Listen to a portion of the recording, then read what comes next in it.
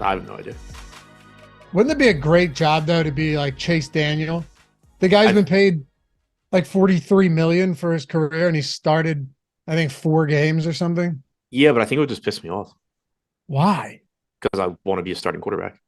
No, hold the clipboard, dude. Collect a ton of money. You'll be set for the rest of your life. So, okay, you're not talented enough to be a starting quarterback, but you're talented enough to be a guy that they just funnel money to no matter what team you're on every single year. Right. It's obviously a great job, but if you are the person in that position, I think it probably just kind of pisses you off. It's possible. I don't know. I read something. He averages like 80,000 per snap in his career or something just stupid. Like something mind numbing that you could get paid to just back a quarterback. And he's always been behind guys that rarely get injured. So he never really had to start. It's amazing. Anyway, what's going on, everybody? Welcome to the Stochastic.com NBA Deeper Dive presented by No House Advantage. This is weird for me. The whole 6 p.m. thing, it's throwing. Is it throwing you off a little bit, or is this just normal for you? Yeah, no, it's throwing me off because basically this is like a live before lock for MLB in terms of timing, and then NBA is an hour later. It's definitely throwing me off. It's odd. But here we are. Happy to have you guys with us. Today's show presented by No House Advantage. I'm Dave Loughran at Lafayette_D, joined by Adam Scherer at Ship My Money DFS, breaking down a little 2-game action today. So at least it's a fun slate because you have 2 elimination games. Memphis could get knocked off here. The Kings could get knocked off. I'm actually looking forward to watching these 2 games tonight. First one tips at 8 and then 10:30 for that Grizzlies-Lakers game. Do you have any thoughts today on who I asked Josh this morning. He has pretty strong thoughts on one of these games. Do you have any thoughts on who wins these games? Hopefully whoever would eliminate the other team so we have less basketball. Great answer, dude. Appreciate you being a part of this show and contributing. It means a lot. Who do you think is going to win the Warriors game? Golden State. All right. You gonna do the show today, or are we just gonna not do the show? No, we're doing the show. We're also building baseball lineups. Okay, that's what I figured.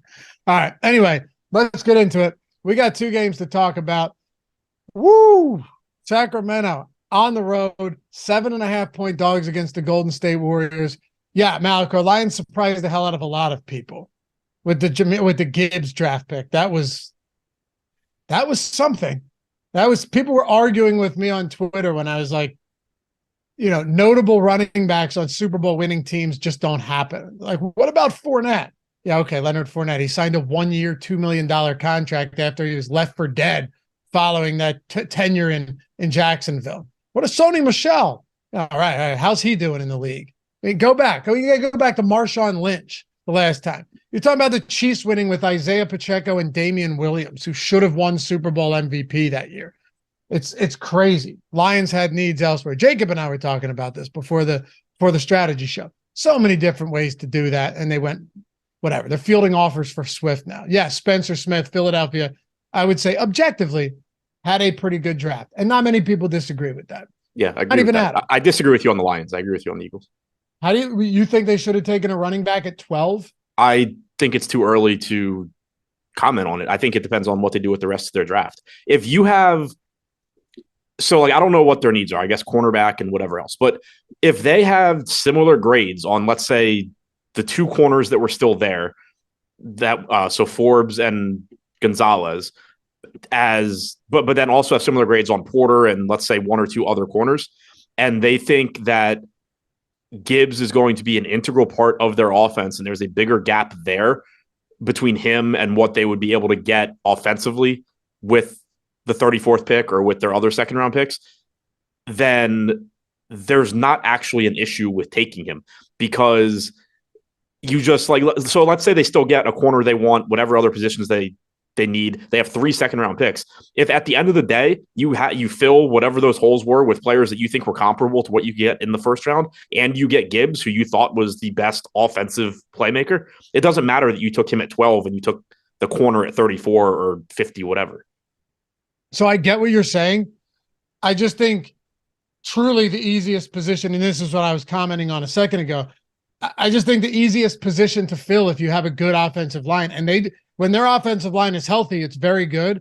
I think the easiest position to fill is the running back position, and you can get stronger elsewhere at positions that just matter more. I mean, you can, but also it's not like Gibbs is just a hand the ball off running back. Like, the guy's a playmaker. He's a pass catcher. You have a quarterback in golf that likes to check it down. You don't have a great receiving core outside of, ASB. Like, obviously, sure, you could have gone receiver. But yeah, I mean, I think that the whole running back value thing has gotten way, way, way overblown. Okay. I somewhat disagree. I mean, they just drafted Swift at the 35th pick. Yeah, but they obviously, I mean, you can tell by the way they've used Swift that they don't like him. They don't want him. Oh, no, I get that. I just think that the running back's never going to be the true difference maker on a team getting to where they need to go, especially if they're not entirely ready, if they're not entirely built to get there yet. The issue I have in general with the argument is that, because the argument is you build your roster, you need a good quarterback on a rookie deal, and then you load up with talent around them. The problem is that's not a reality for most teams. You have a team. You have a team where you have a solid quarterback in golf, but he's nothing special. He's not going to single-handedly carry your offense. But I don't think that there's necessarily an issue with living in reality and saying, like, look, we have a decent quarterback. We don't have a rookie deal quarterback, that we can grow with, but putting as many playmakers around him as you can. And like, I'd feel differently if you were just talking about, like a actual running back, but somebody that can, catch the ball and actually make plays outside of the running game, I think is not a problem, as long as you end up addressing your other needs also. I don't know if they did. I would have looked to trade it down, accumulate picks, and then set yourself up to where you but can. They kind of did. Like, they have 3 second-round picks already. I know. No, I'm saying accumulate those type of picks if you're trading down to where you could be in a position to draft a top-tier quarterback, rookie quarterback in the short term. That's why, like, honestly, as good as Bijan Robinson, and we'll get into basketball in a second. We only got 2 games here. As good and amazing as Bijan Robinson is, I thought that was a horrible pick by Atlanta. I thought it was outright awful. Awful. Yeah, so I agree with that more so than I do the Lions. Because you think the Lions are the Lions are closer to being there. I think the Lions are closer to winning. I agree with that. And I think the Lions have more early picks in the draft. I agree with that. But, like, okay, I still disagree with you overall. I can respect your opinion on, like, where you're coming from. I see what you're saying. But, like, with Atlanta, Bijan Robinson, are you just going to give the guy 900 carries over the next 3 years? Like, are you going to give him how many touches over the next 3 years while you're trying to find a quarterback, and then it becomes like a Saquon Barkley situation where you've just taken the legs out from underneath this guy, not to say Barkley isn't still good, but like multiple knee injuries, ankle injuries, where you weren't even close to being in contention from the beginning. It's right. Weird. Right. I thought that, and it has nothing to do with Robinson versus Gibbs. Like, I thought the Robinson pick was objectively worse than the Gibbs pick. Even if the Eagles drafted Robinson in an odd way, as much as I didn't want him to, in an odd way, I would have at least gone, all right, well, they at least have a team and a quarterback assembled around him. Right. Could make a difference immediately, but it's weird to me. Yeah. It's weird to me that the Falcons, Kareem said maybe a crazy take, but the Falcons are winning the NFC South this year. Hell, they almost did. Yeah. The NFC South. Yeah. I mean, objectively stinks, dude. Yeah. Tampa without Brady, the Panthers, Atlanta. I don't. What is the other team? It's Saints. And the New Orleans Saints with just no. Yeah. How did I not think? With like nothing going on at quarter. Who knows what's going on at the receiver position? So I don't know that I don't think that's a crazy take at all. No, I don't either. Division somebody has to win it. The whole NFC stinks for the most part. Kind of. I mean, okay, hold on. Ready? I mean, I would argue that every NFL team stinks except for like 3. Name the good teams in the NFC. We're going to get to basketball immediately after this. I just want your opinion on this. Name Eagles the good teams. What? Eagles and Niners. And that's it? Probably, yeah. I think the Lions will be fine. I think they'll be fine. I don't think they're going to be good. What about the Cowboys? Never good. So you're talking about like true contender capabilities? Yeah, I'm talking about like teams where if they lose to any other given team, you would actually be surprised. Like every other team in the NFC, I think is just sort of like a team where they're going to look good sometimes and then they're going to lose to shitty teams other times. Packers no longer have Rodgers. That's going to be a rough year. Yep. But there's still like Josh and I went over, there's still 7 or 8 teams in the division with worse odds to win the Super Bowl. In the conference? In the conference than the Packers. Like that's how bad this conference is projected to be this year. Now, the Vikings, until the Vikings get a quarterback, they're not a legitimate contender either.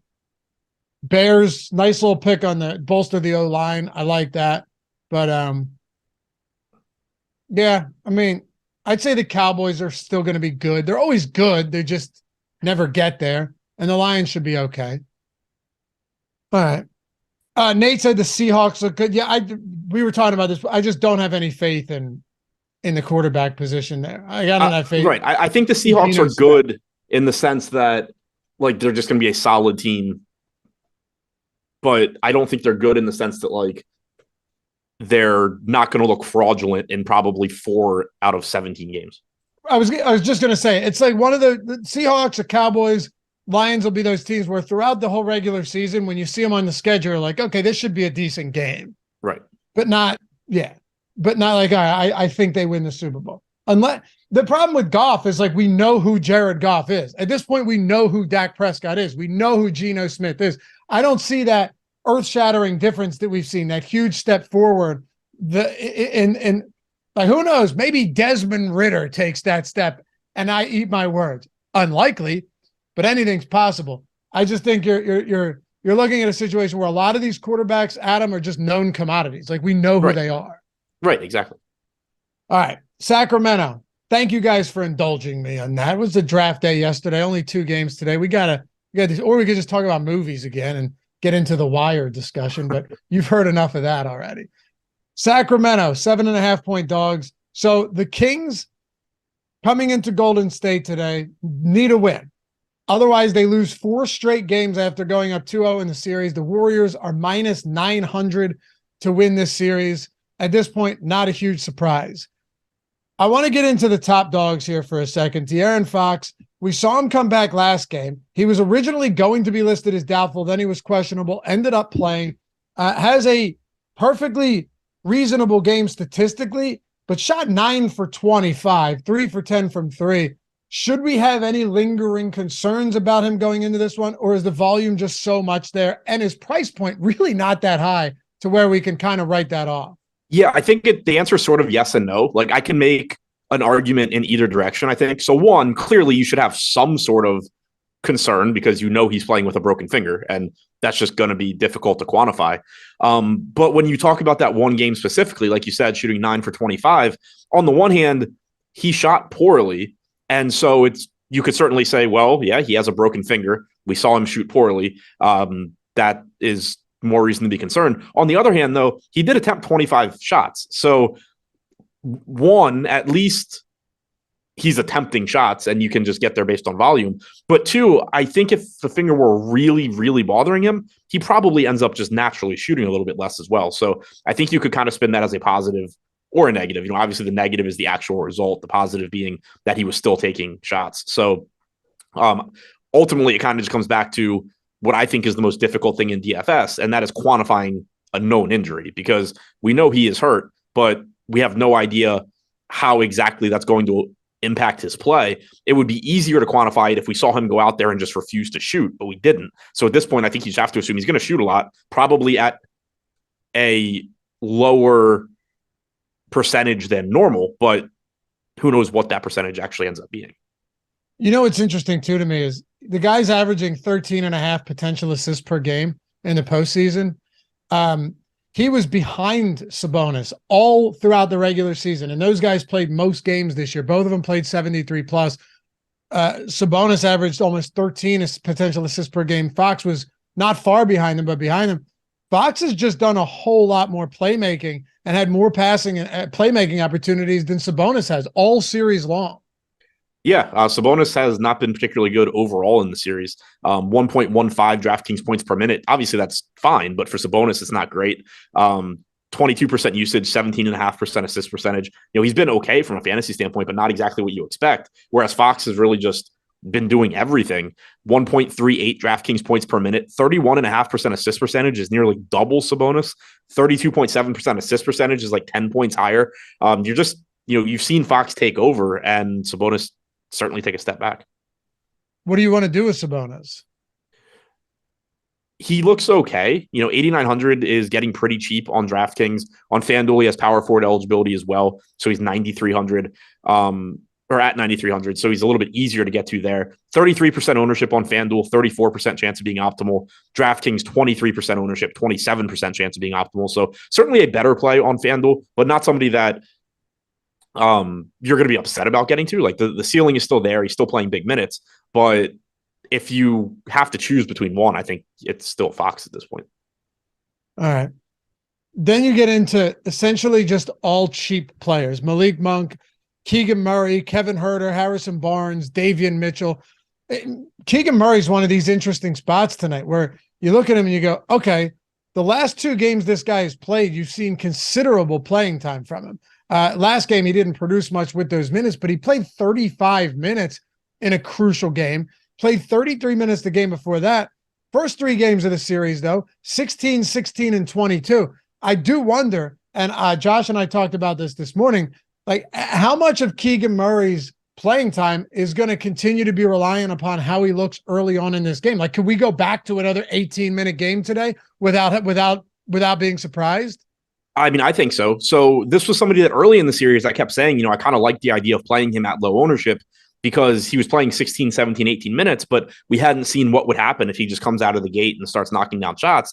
Then you did see what happens, and it's that he plays huge minutes. Now you're kind of on the other end of that spectrum where you've gotten a couple games where Keegan Murray's played really big minutes. So on the one hand, at least it's there. Like they're not going into the game with the specific game plan to just play Keegan Murray 16 minutes.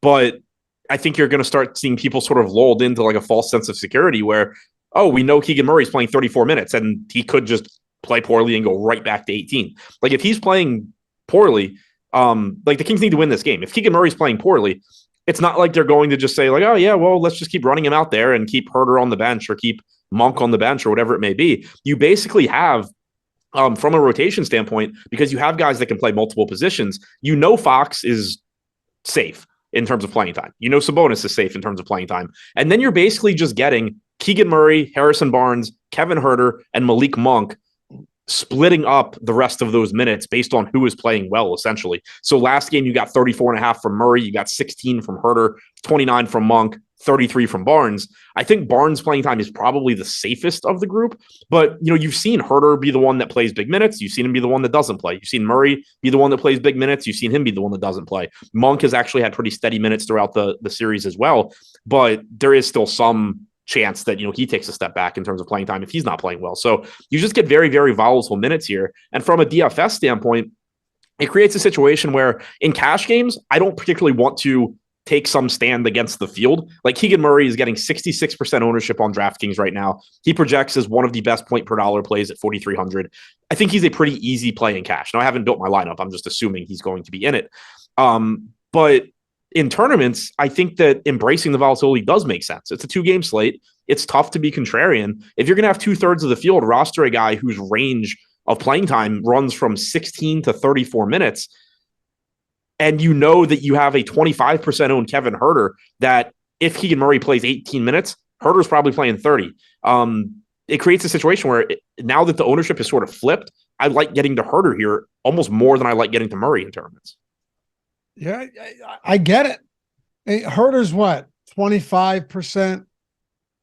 Keegan Murray, really 66% we've got him at right now. And it's based off those last two games. Yeah. But there's 3 games that he's played in this series where he was 22 and 18 and 16 or something, like we said. So a real possibility that he comes back down to earth. Any other thoughts on the Kings? Davion Mitchell, Trey Lyles, just any kind of cellar dwellers down here that you think are worth pointing out? Not really. I mean, with it being a 2-gamer, Mitchell and Lyles, I guess, are both playable in the sense that, like, if you're playing 150 lineups, they're cheap enough that they could end up being helpful. We have seen Davion Mitchell's, I guess, another one in terms of playing time where you have seen him play big minutes at times as well. They've used him to try and slow down Curry. Last game played 24. The game before that played 27. He's another one that sort of has gotten thrown into that rotation where it's costing Herter minutes sometimes, it's costing Murray minutes sometimes, and it just, again, makes that whole thing really volatile. But the problem with Mitchell compared to somebody like Murray or like Herter is that he's nowhere near as good a point per minute guy. So you really have to get lucky there in terms of playing time and then him also playing at a higher level than usual. Trey Lyles is a solid point per minute guy. It's just a matter of, how many minutes can you really expect him to play? Played 12 2 games ago, played 13 last game. You're obviously never getting too excited about somebody who is likely to play that, that few minutes. But as cheap as he is and with the lack of ownership, you could at least make a case that, if something goes wrong with Keegan Murray or Barnes or something, maybe, or he just plays really well, maybe he, walks into more minutes. Hit that thumbs up if you guys haven't done so yet. Completely forgot to ask you at the top of the show. Take a single second to atone for your sins here. Make life easier on yourselves heading into the weekend. But in all seriousness, just we all forget things. Subtle reminder helps us out a lot here. And, if you're hearing us talk about ownership and the boom bust tool and our projections and everything, or you're on the baseball show and you hear us talking about the top stacks and the top pitchers tool, or you're watching a UFC stream and you hear the top fighters tool or NASCAR, PGA, and you realize that we got tools for every single sport, 50% off every single one of those tools. If you want to do a week for one sport, a month for all sports, for one sport, whatever, however you want to play it, everything is 50% off. No better way to get your foot in the door. Jump into our premium Discord when you do that as well, than to take advantage of the 50% off, win yourself some money. Look, I get it. Some of you may be grinding it out, as you should be, with the Stochastic Hall of Fame, with the avatar, hoping to get in the Hall of Fame, get a free month. No concerns with that. That's a good thing. Stochastic.com/avatar, by the way. Put your wins to Stochastic Hall of Fame and get up there and get a free month. But if you haven't gotten there yet and you're looking to win, you're looking to ship some tournaments, be like Tom Kennedy or Steve Buzzard or Eddie Lai. Those guys just on an absolute tear over the last couple of weeks using the very tools I'm talking about. Link in the description and in chat, 50% off. And of course, the lineup generator, less than $4.50 for your first week. You're getting everything from a lineup generation standpoint for someone that may be playing not a ton of money, doesn't have a ton of time in the day, less than $4.50. You can use it on your phone. It's optimized for that, but you can also upload all your lineups to CSV, discard or save as many as you want, lock players, swap players, go through as many of the thousands of lineups that you want, or just a few until you find the ones you like the most and lock them in for the day. So check it out. Link in the description, 50% off everything, no matter what plan you want to get, from $4.50 all the way up to the highest package you can find. All right. So on the Warriors side, Kevon Looney, 1.1 DraftKings points per minute in this series. I mean, this guy, he's still sub 6K, which is amazing to me as well, because he's played 32, 23, 31, 34, or 32 and 34 minutes. And the only game he played less than 30 minutes, Adam, he was in consistent foul trouble. This guy paced or played 30 plus minutes in every game this series, and he is still sub 6K as a 1.1 DraftKings point per minute guy coming off a 34-minute game. Yeah, I'm actually kind of surprised, and I guess it's for positional reasons, but looking at the boom bust tool for DraftKings, we actually have him as the most over-owned guy on I saw that too. Golden State, and I think possibly on the slate. It's kind of surprising to me. We have him getting 54% ownership, which obviously that number is high, but I think it's fully warranted, or at least close to fully warranted. I'm a little surprised that he's only 34% to be optimal. Maybe it's just because he is center only, but we have him way more over-owned than Keegan Murray, and Keegan Murray might play 18 minutes. Yeah, the thing there is that one, Price Murray point. Obviously is less expensive, but two, different positions too. Sure. But yeah, it's just surprising to me, because it's not like this production from Looney has completely come out of nowhere either. He's been about a fantasy point per minute guy for the season. You're at 1.1 in the series. He has a 20% assist percentage, 24.5% rebounding percentage. I know his name had come up recently, a few slates ago, and chat was sort of saying, can't play Looney, he doesn't score. He doesn't, but he still produces over a fantasy point per minute. That's kind of a good thing. He's not scoring dependent at all. You can rely on those rebounds being there. You can rely on the assist opportunities being there. And then any scoring that he does on top of it is great. So as long as he avoids foul trouble here, you should expect the minutes to be there. They've done a good job on Sabonis in this series. There's no reason to think they're going to change up what they're doing defensively. So yeah, the minute should be there. The price tag still looks fine. I guess I'm just a little bit higher on him from a value standpoint than the boom bust tool is, but I think he looks really good here. On FanDuel, you have center only at 6,800. So a little bit more difficult sell, getting 40% ownership there instead of 55. So I think still a good play, just not as good a play. Sounds funny to say this, but he can kind of get there in a variety of ways. Right. Like he could just have a massive rebounding day, or he could also have 7 or 8. He has 9, 6, and 7 assists over the last 3 games. Granted, one of those without Draymond Green, but 2 of them with Draymond Green. He's got 13 assists in those 2 games. I mean, and I'm not saying this to say, oh, he's going to replicate these performances, but his last 3 games, 43.5, 37.5, 43.5 DraftKings points, 4, 8, and 4 actual points. Right. What are his rebounds? 20, 22, and 14 or something? Yeah, 20, 14, and 22, 9, 6, and 7 assists. Yeah. But it's just, like you said, he can get there in a variety of ways. Like, he's putting up he has those 3 big fantasy games where he really didn't score at all. And obviously, he's not somebody that's going to score a ton. Like, Kevon Looney's not going to go score 25 actual points. Might give you 12, double. Like, he can score 10. He can score 12. Yeah. He, in those games, 1 block, 1 steal, no blocks, 1 steal. So it's not like he was putting up these big fantasy scores with fluky defensive stats. He can get more defensive stats than 1 or 2 a game also. So, you can kind of look at it and say, sure, like, you're not expecting 20 plus rebounds and you're not really expecting 7 or 9 assists. But at the same time, he can score a little bit more. He can get an extra block or 2, an extra steal or 2. There are just a lot of ways for him to get there. What do you want to do with Curry today?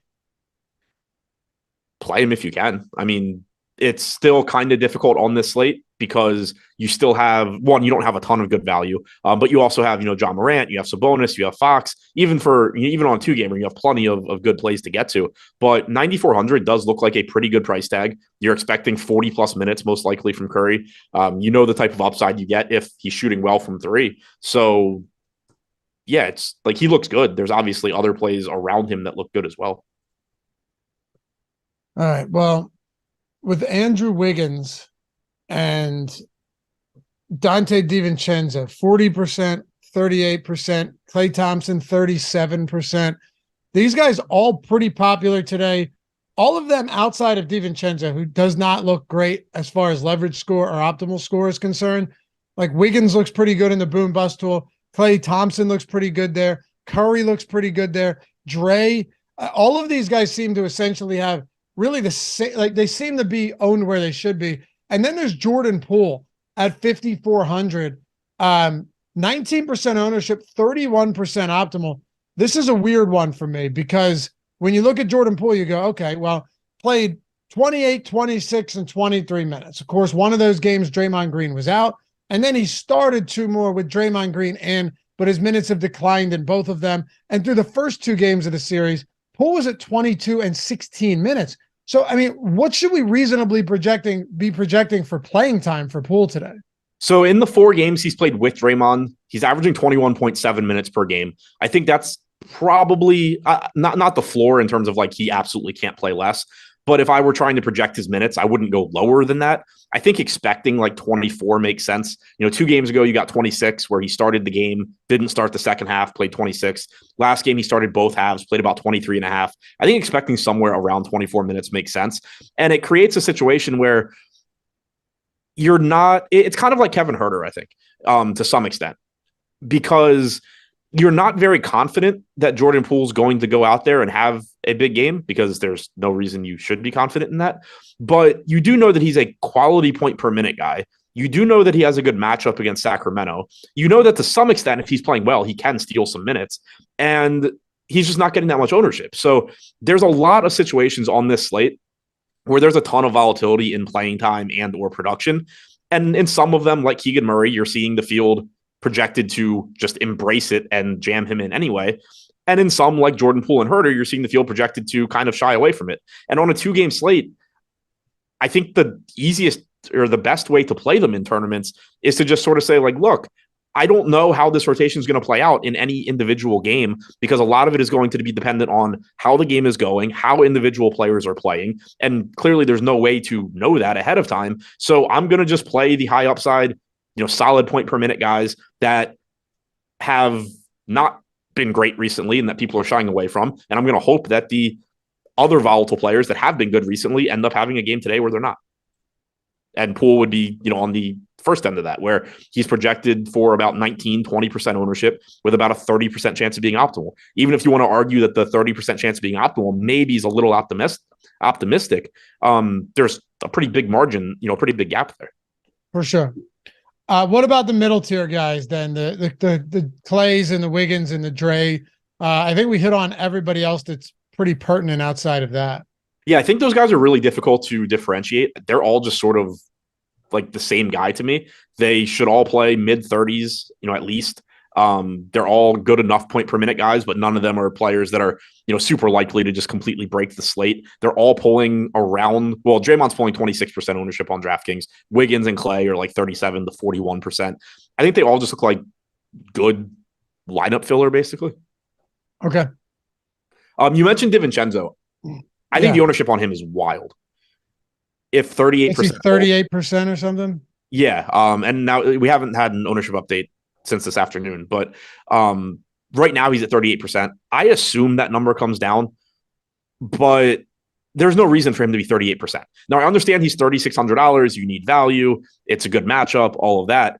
He's played 16 and 17 minutes the last two games. You can find other guys in this price range that play in the teens. Like Dante DiVincenzo, if ownership isn't a thing and you tell me I have to play either Dante DiVincenzo or Trey Lyles, I'll play Dante DiVincenzo. I expect him to play more minutes. But if you tell me Dante DiVincenzo is actually 5 times as popular as Trey Lyles, I would much rather play Trey Lyles in tournaments. There's going to be, other spots you can get to as well. It's just at 38%, that's such a high number for somebody that needs something to go wrong for him to play more minutes. Even from this team, Gary Payton played 16 minutes last game. DiVincenzo played 17. DiVincenzo is 38% owned, and Payton is 2. When Payton actually has better positional eligibility and is only $100 more. I'm not saying that as if as in I love Payton. I'm just saying it as like if this ownership projection holds, and the field has for whatever reason just decided Dante DiVincenzo is the cheap guy to jam in. I think that's one of the most obvious spots to just try other things in tournaments.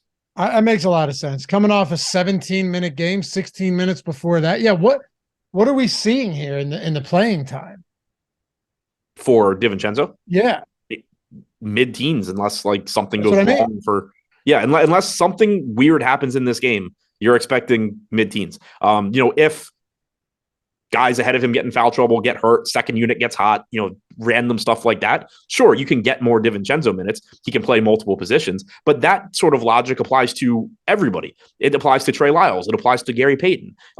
It applies to guys from the next game. So I don't know why he is the preferred option. All right. Let's keep it moving here. We'll go to Memphis and LA. Before we do though, shout out to No House Advantage. They just introduced something very, very cool. I would say it's pretty game-changing considering their competitor, the biggest competitor out there has been doing something similar to this for a while. No House Advantage just implemented it. Now, No House Advantage has better payouts than Prize Picks, okay? As far as like 5X is 22X, 21X your entry fee, right? Prize Picks 5 is 10. Prize Picks always had to like, though, if you only hit 4, you still 2X. If you hit 3, you 0.4X or whatever. Now, No House Advantage, not to mention 100% deposit match up to $100. That's your bonus. If you put 100 in, you got 200 now. You put 50 in, you got 100. If you put 10 in, even 10, you've got $20. Now you have the brand new entry insurance update. So you can select entry insurance on this now when you're playing against the house, because you're just building lineups with player props, right? 2, 3, 4, or 5, however many you want to do. Like I said, you hit 5, you're 21Xing your entry. Huge payouts. But if you hit 4 there before, it was like you're just done. It's over, right? Kind of like a standard parlay at a sports book. But in No House Advantage, it's not like you can round robin them or anything. Now you have the entry insurance. So if you miss one pick, you still win with their entry insurance payout structure. So that means and get this, if 5-leg parlay, you do the entry insurance, if you hit 5, you 12x, right? Instead of 21, but the 12x means, which is still better than the 10x, that means if you only hit 4 because you've selected the insurance, you hit 4, you 2.6x your entry still.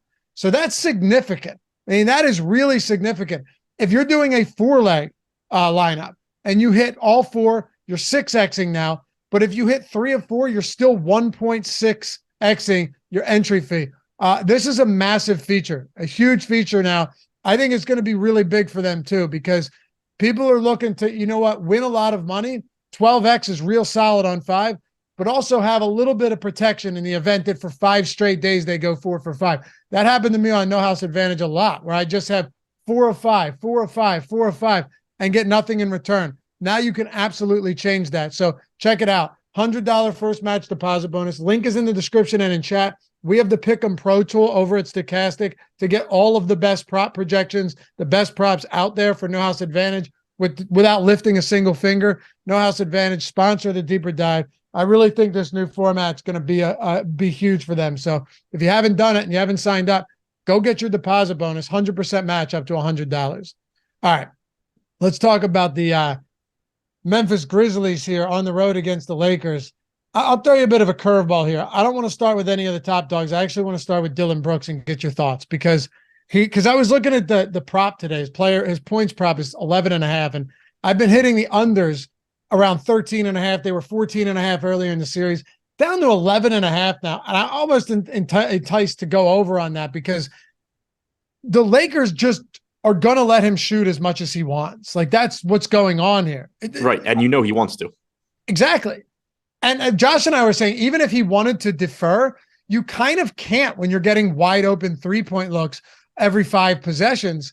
So it is an interesting spot, because he's cheap. He probably plays around 30 here.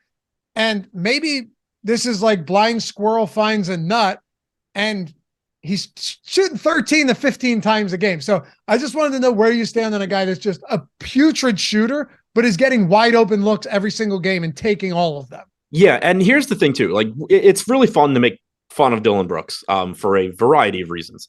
But yes, he is nowhere near as good a shooter as I'm sure Dillon Brooks thinks he is. In this series, he's shooting 21% from 3. In the regular season, he shot 32%. Again, should a 32% 3-point shooter be as willing to take shots on this team as Dillon Brooks is? No. But he's shooting much worse in this series than normal. Now, maybe things are just in his head now and it's not going to turn around anytime soon. But if this series were just going to go 100 games and it was going to keep playing out the same exact way, game over game after game, Dillon Brooks is going to start doing a lot better offensively, just based on the fact that he's going to get back to what he normally shoots. So I think that's important to keep in mind too. It's really funny. Like, the Dillon Brooks meme is fun, where Dillon Brooks can't make a shot and he's going to take 100 of them, but he's shooting significantly worse in this series over, the first few games than you would expect him to going forward. So I think that's important to keep in mind when you talk about, like you said, a falling, prop or falling price tag in DFS. Now, to me, the biggest concern with Brooks outside of the fact that he just continues to not shoot well, but if Luke Kennard is healthy for this game, how much longer do they let Dillon Brooks continue to miss wide open threes before they bring in their 50% 3-point shooter? That's what I'm on. That's the big question here in an elimination. You're absolutely right. That is the question. Right. But if he stays out there, he's probably going to be forced to keep shooting. Not that anyone's putting the gun to his head to take 14 shots a game, but you know what I mean? Like, if you've watched some of these games, he's as open as you're going to get, because they're just saying, like, all right, let the guy lose on his own. Right. And so I actually think whether or not Luke Kennard plays, Dillon Brooks is still a solid DFS play, just because of the value, the positions, and the opportunities that he's getting. But I will like him more if Kennard is out, simply because I think it limits Memphis's options. Like David Roddy, this postseason shooting 30% from 3. Obviously limited sample there. During the regular season, shot 30% from 3. So he's not a better 3-point shooter than Dillon Brooks. They went to John Conchar a bit last game with Kennard banged up. 34% 3-point shooter in the regular season, very comparable to Brooks. Kennard's the only one of these of the potential bench pieces that gives you a substantial 3-point upgrade, where if Memphis is losing this game and Dillon Brooks can't make a shot, you go to Luke Kennard, you say, look, this guy's shooting 49% from three this year. We'll give up Brooks's defensive ability to try and make a comeback here with Kennard. If Kennard's out, though, Brooks is really their best bet to knock down these shots, even though he's been horrible. I wonder if Luke Kennard's 3-point percentage would be like 38% if he didn't have that game where he went 10 for 10 from three. I'd forgotten about it. Yeah, obviously I'm joking. He's a great 3-point, phenomenal 3-point. You remember that now that I mention it, right? No. Really? Oh, it was like last month. Luke Kennard, yeah, it was, I'm looking at it now. It was like 35 days ago. He hit against the Rockets. He hit 10 threes and he attempted 10 field goals on the day. Like he was 10 for 10 from the field and 10 for 10 from three. That's crazy. And I can't believe I don't remember that. I know. I can't, maybe he just didn't play that day, but yeah. Yeah, maybe either I didn't play or he was irrelevant to the slate probably. Oh no, he was for sure irrelevant on that slate. It came out of nowhere. Oh, okay. That's probably what I probably didn't even know what happened. Yeah. It came out of nowhere. Like my guess is he was 0.05% owned or something, but it was crazy to see a 10 for 10 game. And he just 10 for 10 from three, just went off. That was, a matter of fact, that was the game where they won the 151-114, where they just absolutely routed the Rockets. Not to say many teams don't, but yeah, crazy game from Kennard. All right, so we got through. We had to get through Brooks first because it's a polarizing topic. You can see that in chat already. What about Desmond Bane pulling 50% today? I agree with that. $7,400. He's good, plays big minutes. This is something, during the regular season too, we had talked about. He always gets a lot more ownership when Morant was out, but his production didn't really change. He's been very good with Morant in as well. It's just that he gets more usage when Morant's out, but more efficient with Morant in, playing big minutes, played 42.8 last game. You expect big minutes again here, obviously. And the price tag fell. So no real, I don't know why he's so cheap at 7,400, but he looks great. 50% ownership, 39% chance of being optimal. All right. He said he doesn't remember because he doesn't watch games. First of all, I didn't watch that game. I don't know who was watching a meaningless Memphis Rockets game that was a rout by halftime. But yeah, you don't remember because you didn't watch the game. Yeah, the me not watching games thing has picked up a lot recently because I haven't been watching the postseason.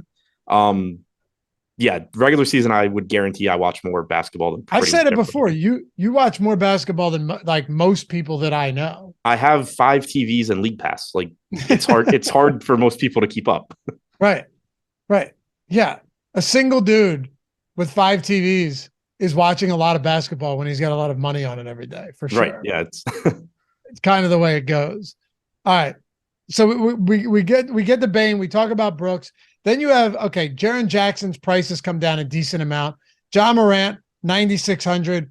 Who knows what's going on with that hand? We had questions about that in chat the other day, and I'll get to that super chat in a second. I didn't forget about Jacob. Can you just DM me that so I don't have to scroll up? Thanks. I'm not worried about Ja at all. He's still, since he returned, he's shot 26, 24, and 26. I don't have his usage in front of me, but he's got to have a 30+% usage rate in those 3 games. And sure, he had one poor shooting performance, but he shot 50% in each of those 2 games. And in those other 2 games, 8 for 15 from 3. So very little concern that Ja, maybe it's bothering him, but not enough to where he's not effective on the floor. Right. It's sort of similar to Fox, where would I prefer Morant not have a banged up hand? Absolutely. Sure. And is it probably going to be scary when you roster him if you are watching the game and you see him go crashing to the floor like he's probably going to do and bang up his hand again? Yeah, it's going to be concerning, but the playing time's there. The opportunities are there. Overall in the series, he's still at 1.36 DraftKings points per minute, 31 points last game in 37.5 minutes. I would prefer that he was healthy, but 21% ownership here is pretty interesting at 9,600.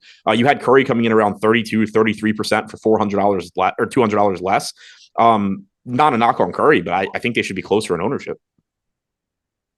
Right. Yeah, I think so too. elimination game too. Like they need to win this. Ja's gonna play 40 minutes in this spot. All right. Tillman, Jackson, and anybody else. This is essentially for what it's worth for you guys that aren't premium subs, that you're not looking at ownership, you're not looking at the boom bust tool.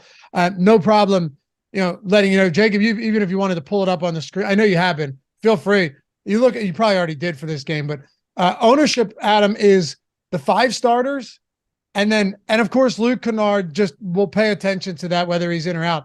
5 starters at 50, 38, 32, 23, and 21%. Then nobody higher than 3% ownership off the bench.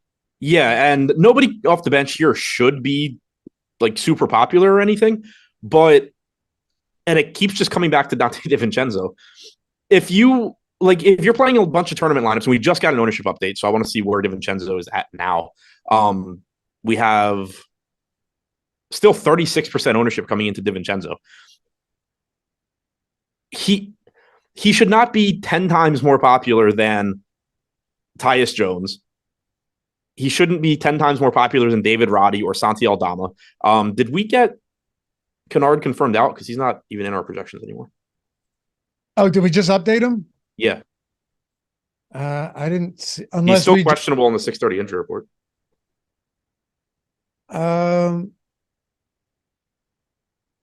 He was limited at shoot around. Yeah, I never saw like a final confirmation there. I'd seen a tweet from a Memphis beat writer that he is at shoot around, and I haven't seen him take a shot yet, but I don't know how early in shoot around that was. So anyway, I was just curious because he's not in our stuff now, so I didn't know if I missed that. But anyway,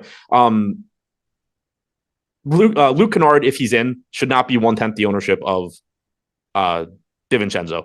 I actually like Luke Kennard quite a bit in tournaments if he's in, just because of what we were talking about before. He's the most logical guy if they get to a point where it's like, all right, we can't let Dylan Brooks keep tanking our offense. He's the guy that you expect to step up and take over. If he's out, you don't have a logical guy to fill that role. But we did have John Conchar play minutes last game. He's 3,300, getting no ownership at all. I don't like John Conchar here, but he's not, he should be closer in ownership to DiVincenzo. Santi Aldama at 3,300, pulling 5% ownership, played 7 minutes last game. He should be very low owned. It's just that gap shouldn't exist. Even Tyus Jones, 9 minutes 2 games ago, played like 13 last game. Or 15 last game, not a great play. Just if you are in a position in large field tournaments where you need a really, really cheap guy, there are at least alternatives that give you a similar range of outcomes to DiVincenzo, who's way more popular. All right. So thank you, Dancing Elephant and Discord. Took me a second to get there. Go to Discord, I get fucking 8 pop-ups telling me to get an avatar or some shit. So on Kennard, Lee just mentioned in chat, who does our projections, that updated our projections. He just pushed a fresh projection with Kennard guessed out on the ownership run. And then we got word. So, okay. It appears that he was just rebounding for teammates at shoot around, didn't do any shooting himself. I think that I'd have to find it to confirm, but someone said that's what a Memphis beat writer said today. I had seen, that probably was like right after the tweet I saw about he's here, but I haven't seen him shoot. Okay. So that, I would be in line with doubtful there if I had to guess. Yeah, I mean, if that's the final update from shoot around is Luke Kennard was grabbing rebounds, that doesn't sound very optimistic. No, not at all. All right, anything else from Memphis? Or you want to wrap this up with the Lakers? So I mean, I guess just to reiterate with the second unit, because Luke Kennard does matter here. He played 18 minutes last game. He had played 14 the game before, so it is opening up minutes. If he's out. And if he's in, again, I like the dart throw in tournaments on Kennard if he's in. If he does end up being out, Conchar was ahead of Roddy in the rotation last game, played 10 minutes. Roddy didn't play outside of garbage time. So I don't know. Like, Conchar probably is the next guy up. If you needed to roll the dice and Kennard is out, maybe you get more Tyus Jones playing alongside Morant. They could do that. So I don't know. I think if Kennard's out, there's no one guy that looks like a great value if Kennard is out, but it would make me more interested in Conchar, Tyus Jones, maybe mixing in a little bit of David Roddy. All right. Almost to 200 likes. We have 1,400 people here. Hit that thumbs up one more time if you haven't done so yet. Much appreciated from all of you. Also, don't forget, Live Before Lock coming up right after this. You got Greg Ehrenberg. You got Neil Orfield taking you all the way up to this 8 o'clock lock here. Hey, are you going to do did you sign up for the DraftKings horse racing app yet? No, I didn't even know that existed. No? No. I signed up. Why not? It's gonna be fun. I'll just tail Ben for the Derby as I do every single year. I tell you what, though, I don't know if I've ever won in horse racing. It's so difficult. Do you ever bet horses? I've done it once. When I first moved to St. Louis, there's a track in Illinois, like right across the river. And a friend took me there, and I don't even remember how I did. It was fun, but never did it again. By the way, that wasn't a knock on Ben. I just always seem to get it wrong. But yeah, it's kind of fun. We used to do it when we were young. Ben Salem racetrack, drive out there. But now it's a casino. Now it's parks. But it used to be just like a dingy racetrack where you'd see a guy pull up in a Cadillac one day, and then a month later he's walking into the track. Like that, those are the type of people you'd see coming there. But yeah, stick around after this and live before lock. Let them take you up. One more time for you guys that joined in late too, 50% off all our tools. You hear us reference them. All the links are in the description too. Any sports book you're trying to get a massive bonus, all that good stuff, no house advantage, description, just see what works for you. Take advantage of free money when it's staring you in the face. The LA Lakers, we'll wrap it up with this. So today you've got LeBron and you've got Anthony Davis at 14 and 12% respectively on DraftKings. On FanDuel, LeBron and Davis are coming in at 19. So basically 20% on each of them. Slight positive leverage on both on FanDuel. Davis 11-5 over there on FanDuel as well. Nobody really outside of both backcourt mates in D'Angelo Russell and Austin Reeves are the ones getting the ownership. Aside from that, most of this Lakers team looks like it's going almost untouched for a two-gamer. Yeah, and they just have kind of weird prices, but it does make for a very, very interesting tournament team. Starting with the two popular guys, Russell and Reeves, I think the ownership is fully warranted here. We haven't talked about a ton of like 5 to 6K guys that look good, and these two just stand out as being mispriced. Austin Reeves has been very good, very important in this series, playing huge minutes.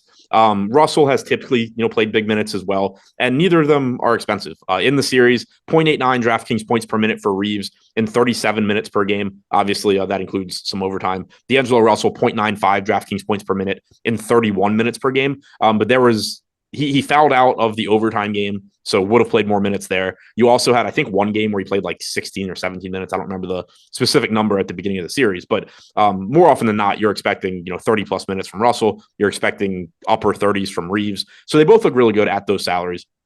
Davis and LeBron are both projected to go a little bit under-owned here. I think that they're difficult to get to because, one, we don't have a lot of great value. And then, two, they are just both more expensive than Curry. They're more expensive than Morant, Fox, Sabonis. You can get very high upside guys that don't project that much different.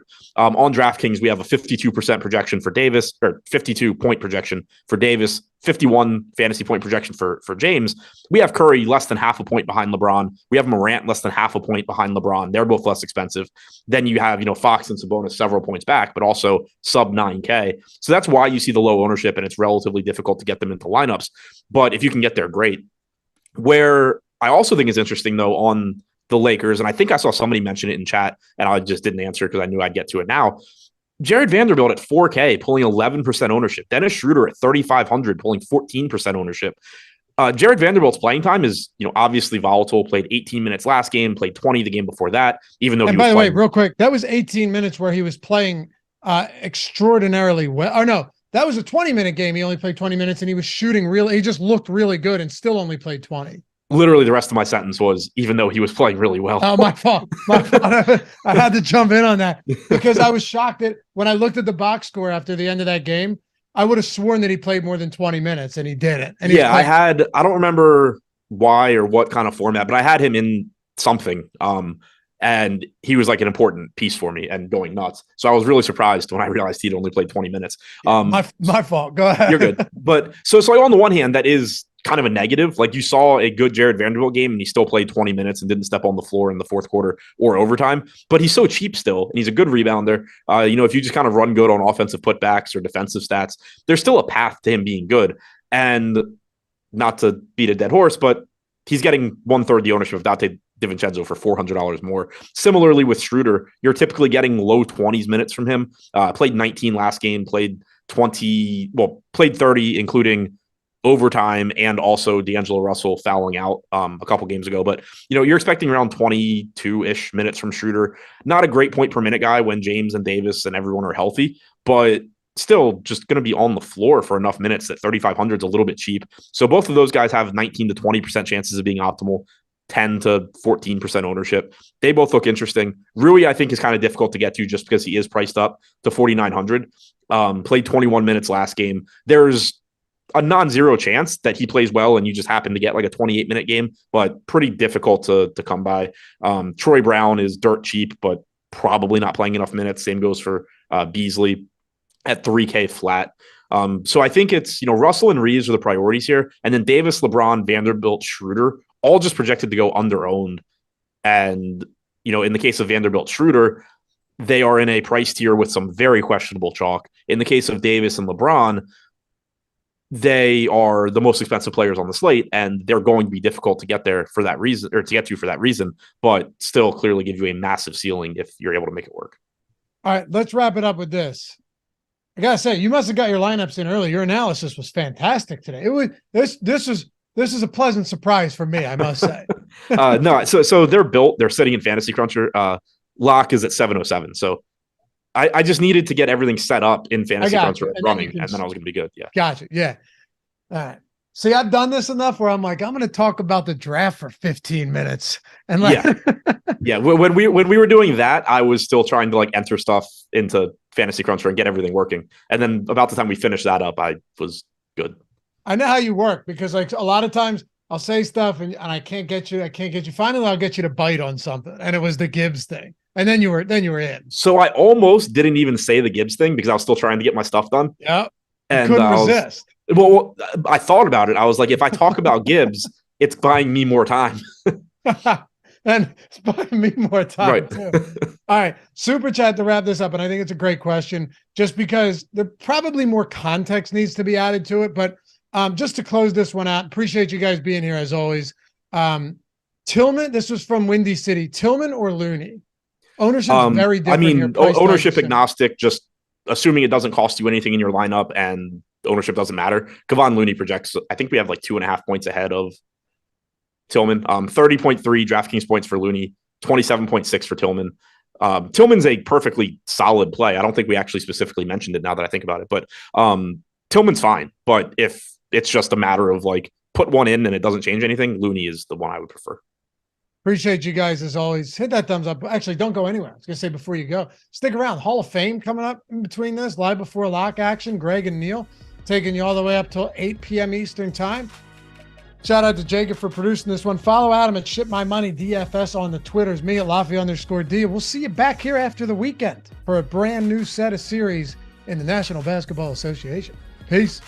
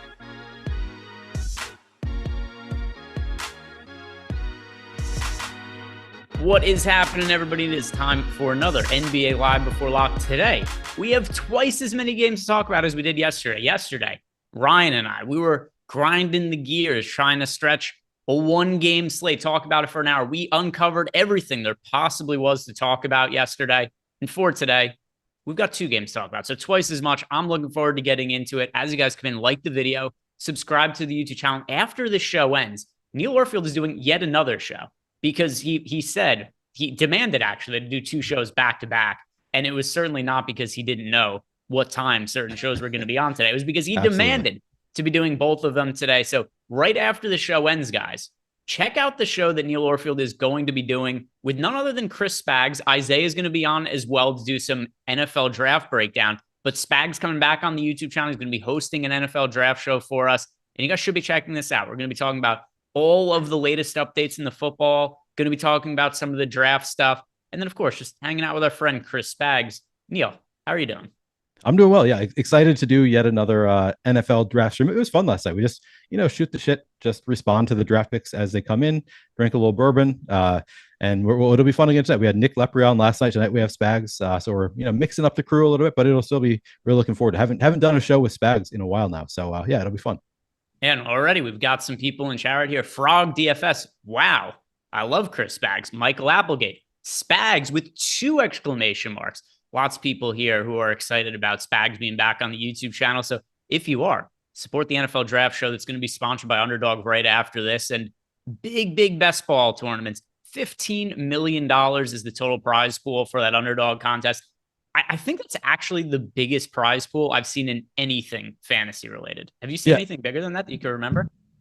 I'm sure like back in the early DraftKings days, because like they had prize pools that were like 5 million at first at one point. So I'm sure that they exist. But in the time that I've been playing DFS since 2013, I don't believe I've ever seen 15 million in a prize pool. So yeah, that is very exciting. Malachar says, Neil, I have to apologize for last night. I was a little bit drunk. It was pretty funny. Malachar started like just like responding to things, but like I had no idea what he was responding to. And then it turned out he was half an hour behind in the stream. He just didn't realize it right away. Because apparently he was a little bit drunk. So hopefully he'll come back tonight, Malachar. It was fun chatting once you figured out you're behind.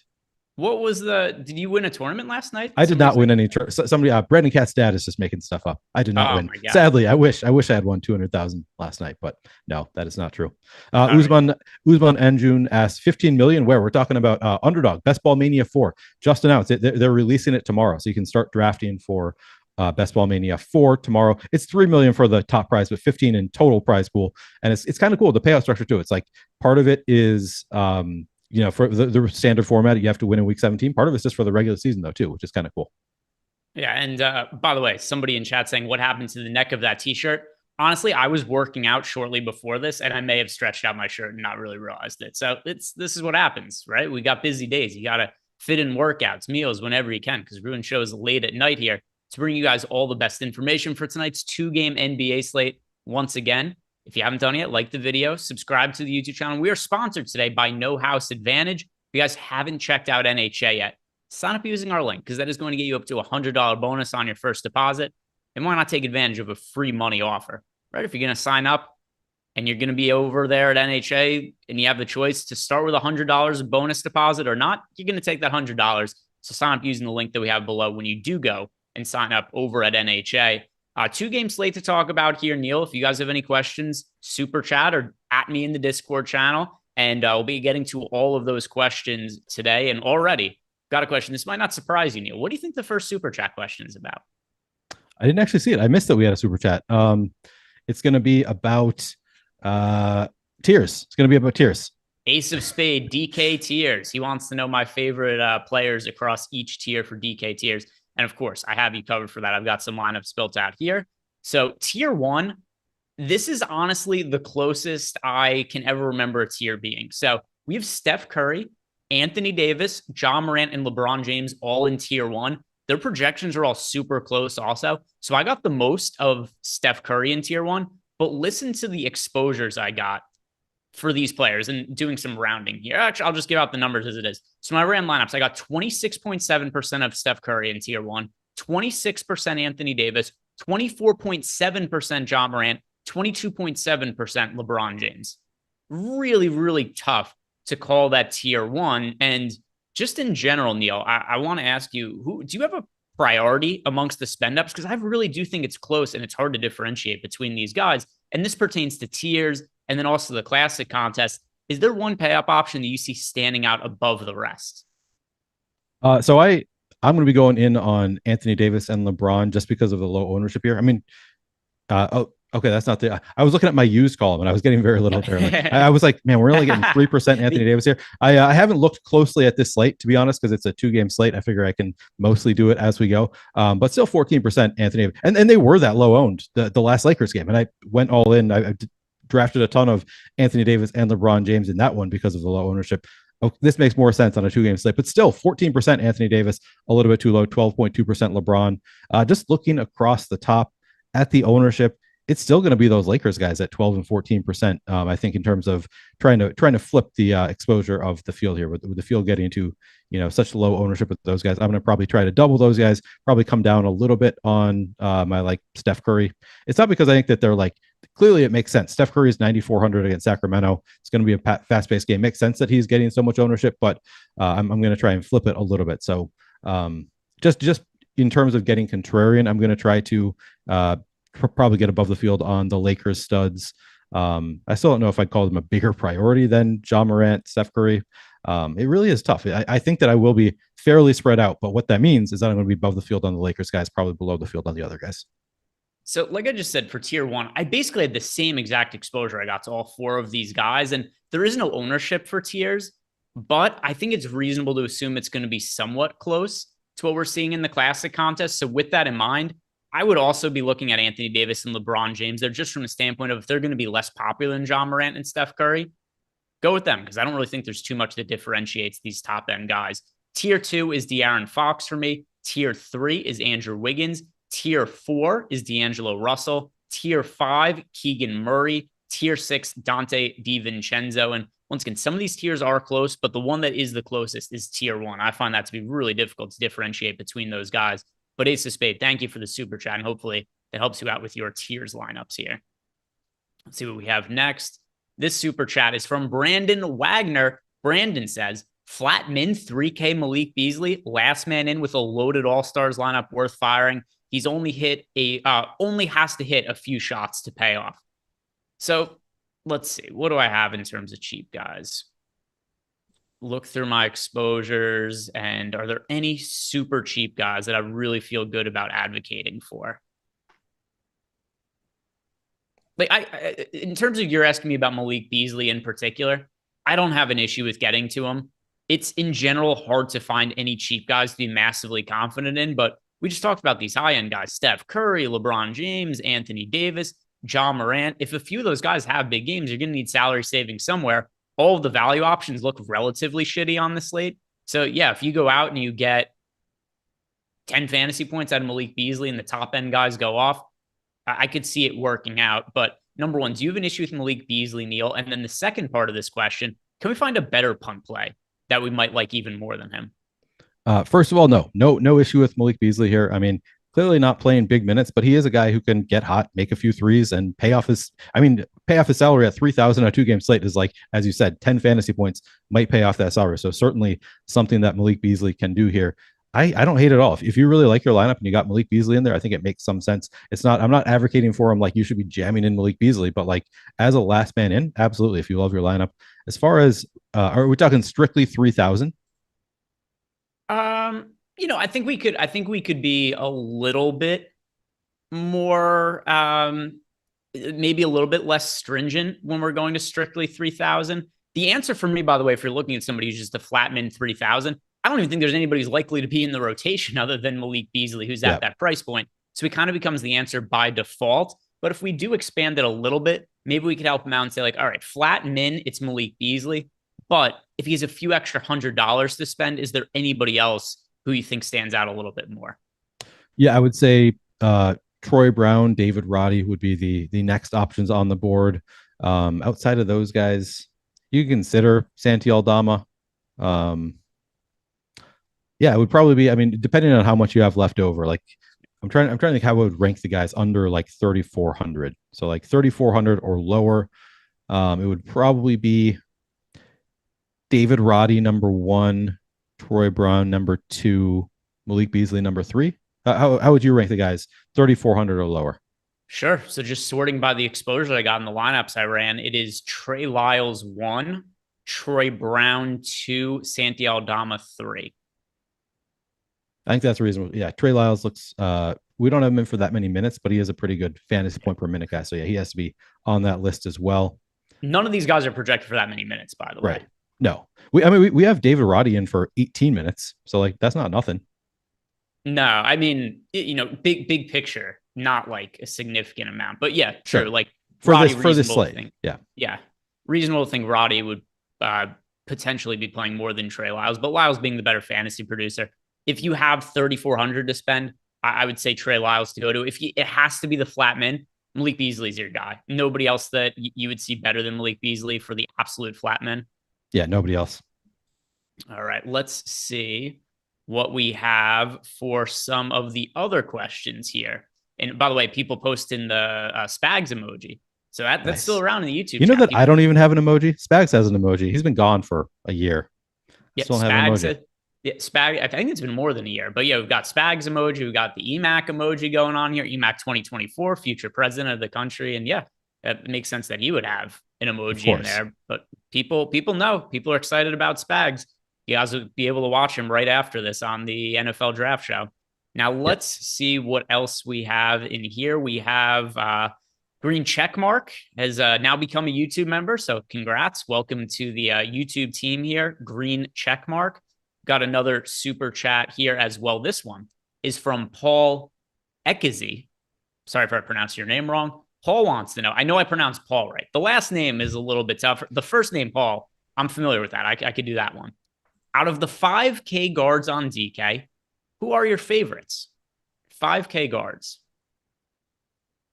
Guard, 5K. So in the 5K range, so we're talking about Austin Reeves, D'Angelo Russell, Malik Monk, Jordan Poole. Yeah, are those? Yeah, those are all of them. So those 4. Good question. I get to all of them a decent amount, by the way. Yeah, I get to the most of D'Angelo Russell, but I think that I'm actually going to try. Maybe I'll try to get to. I think I'm going to end up with more Reeves. I trust Austin Reeves more than I trust D'Angelo Russell, which is weird to say at this point, but it's true at this point. And Austin Reeves getting a little bit lower ownership. I might actually say Austin Reeves number 1 here, followed by probably D'Angelo Russell. You can make a case for Jordan Poole just because we only have projected for 15% ownership. And if he's getting minutes, Jordan Poole, another player who can get hot, put up a big score. And you don't really need, it's a 2-game slate. So a big score is always relative on a 2-game slate, but we know that Jordan Poole can do it. So I'd probably go Austin Reeves 1. And then it's like, depends what you want. If you want contrarian, go Jordan Poole. If you want another like bit safer, go with D'Angelo Russell.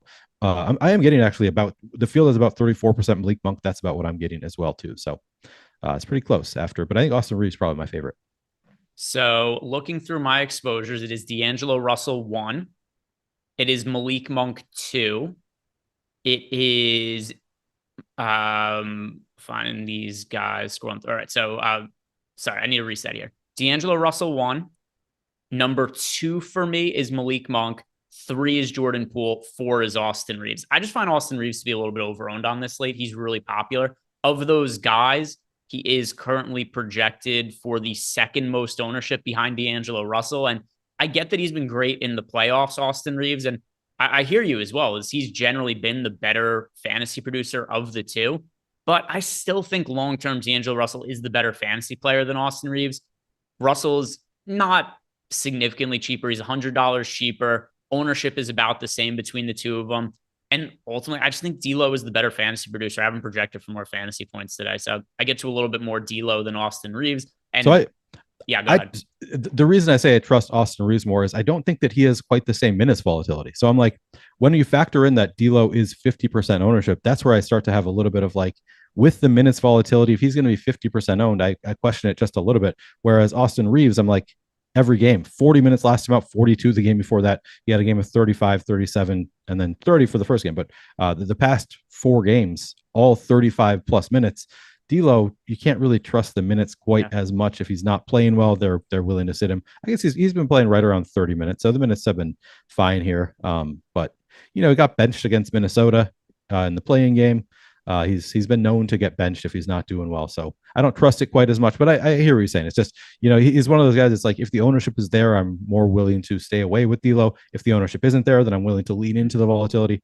So this is a spot where just because the ownership is so high, but I get what you're saying too. D'Lo, clearly, I don't know. I was going to say I think he has the higher upside, but I don't even know if that's necessarily true. They both have pretty high upside.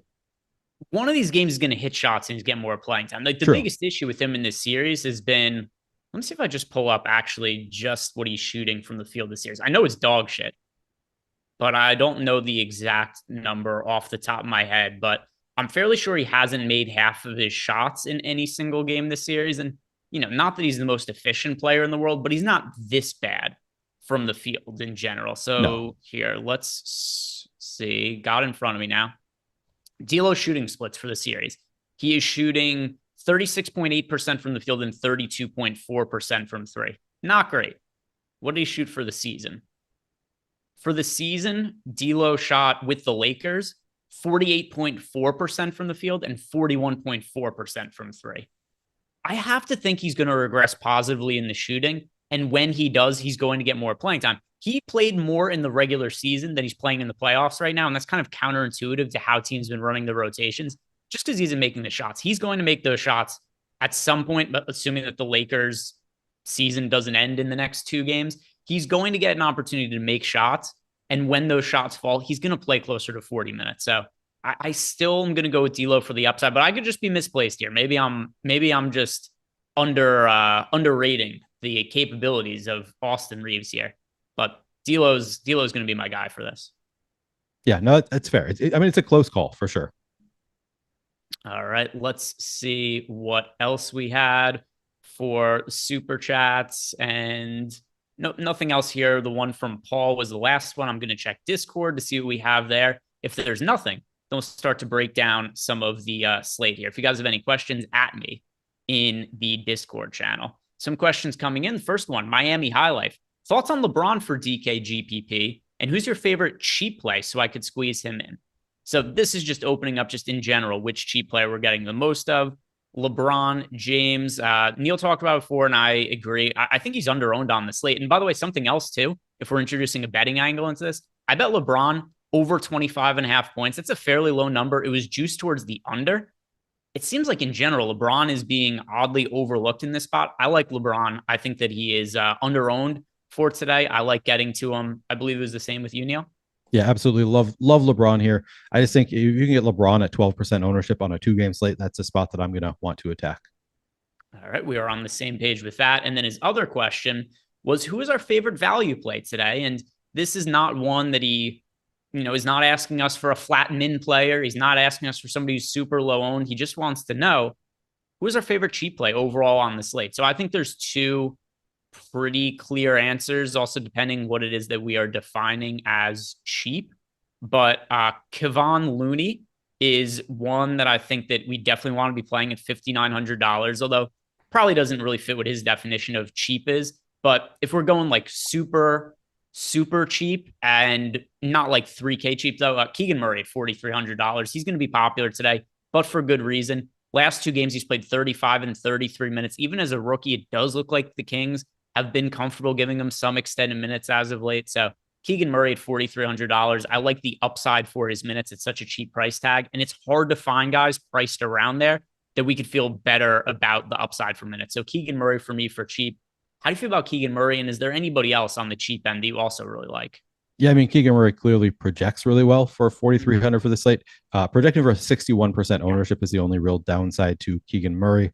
But yeah, I would echo. I'm probably going to have, of the cheap guys, he's probably the one that I'm going to have the most exposure to.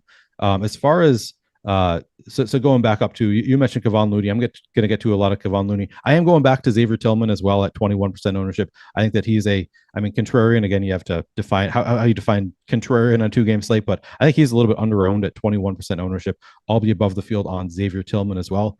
Going down to the low end, I'm sort of interested in Kevin Huerter. Like he hasn't been getting huge minutes, but you got to think they've lost 3 games in a row. They got to change something, right? And maybe what they change here is playing some more Kevin Huerter. So he's only played 16 minutes the last game, 21 the game before that.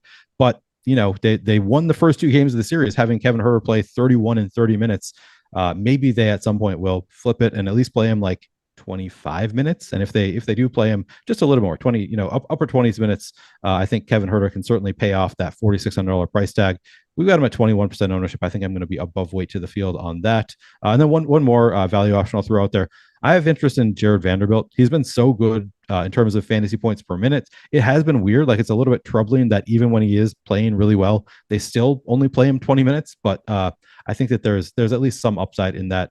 One of these games, hopefully he breaks through and plays 25 minutes and can break the slate. But at 11% ownership, even in 20 minutes, he can pay off. We just saw him. He got 30 fantasy points in 20 minutes a couple of games ago. So I do have interest in Jared Vanderbilt at 4,000 as well.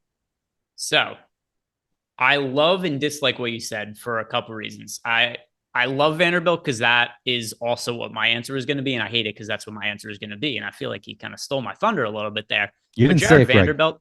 I'm about double the field on him right now. And it's just a guy who's very erratic in his box scores. He's only projected for 10% ownership. What his minutes are going to look like, who the hell knows, right? It's been all over the place. But look at his last 4 games from a fantasy perspective. 22 fantasy points, 11, 30, and 14. He got the potential for 30 fantasy points for a guy who's 4K. He did this 2 games ago. And that's kind of what you see from Vanderbilt all year. He's all over the place. And it's for various reasons.